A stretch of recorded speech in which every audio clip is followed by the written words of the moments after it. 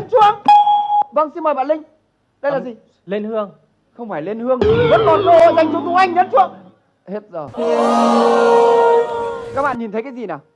Thấy cái ấm là hương. Nó đang làm gì? Cái ấm nó đang gì? Vái. Và vái tìm từ khác tương ứng. Lạy. Từ gì nhỉ? Ví dụ ngày 30 Tết ấy, chúng ta thắp chúng ta sắp một mâm cỗ. Ấm cúng. Đáp án là gì? Ấm cúng. Ấm cúng. Cái từ cúng cứ không tìm ra, cứ lạy với vái với cái thứ. Nó là ấm cúng đấy. Rất đơn giản, các bạn đã bỏ đi 450 điểm. Hơi phí. Xin mời mình ghép thứ hai. Đây là gì?